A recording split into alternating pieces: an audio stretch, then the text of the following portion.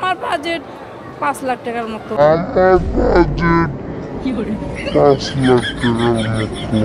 এই পর্যন্ত ছেলের জন্য কিনেছি শার্ট প্যান্ট, আর মেয়েরটা এখনো কিনা হয় না, দেখতেছি 3 পিস কিনবো। আপনার বাজেট কত ছিল? 2 লাখের মতো। প্রায় দেড় লাখ টাকার উপরে। মেয়েদের বাজেট আসলে আনলিমিটেড থাকে।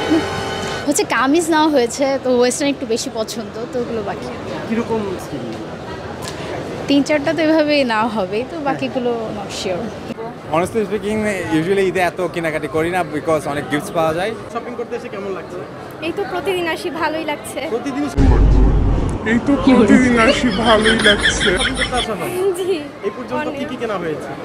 এই তো ঈদের জামা কাপড় কেনা হয়েছে, লেহেঙ্গা কিনেছে আজকে বোন। পরিবারে কে কে আছে? আমি, আমার মা আর আমার বড় বোন। বাজেট এত নাই। অনেক খারাপ লাগে, ওরা তো সঠিক বলে না, তো চাপা মারে। 4 লাখ 5 লাখ টাকা আরো বাজেট হয় নাকি? কি কোরবানি গরু কিনতে গেছে? তো একটা ড্রেস কোড রেখে হয়, নাহলে আপনার 10,000 12,000 15,000 টাকা, যেখানে 4 লাখ 5 লাখ টাকা বাজেট বলে, ও তো চাপা মারছে। আর দ্বিতীয়ত এটা তো কোরবানির গরু না যে একটা গরু কিনবো 5 লাখ 6 লাখ টাকা দিয়া।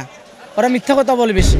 একজনের সাথে প্রেম করে কেনাকাটার জন্য, ওর কাছে না 20,000, আরেকজনের কাছে নিবে 10,000, এইভাবে দেখা গেল কিছু ইনভেস্ট কইরা তারপরে কেনাকাটা করতে। যদি বললাম 2 লাখ 4 লাখ, কোনো কাছে না এরকম করে। ভাই আমাদের তো আর বাজেটের কোনো ইয়ে হয় না, আমাদের ফ্যামিলিতে দেওয়ার পরে আমাদের যে টাকাটা থাকে ওটার উপরে আমাদের ডিফারেন্স করে। এখন আমার বাজেট এবারকার তেমন বলতে আছে 10-12 হাজার টাকার মতো বাজেট, এর থেকে বেশি কিছু না।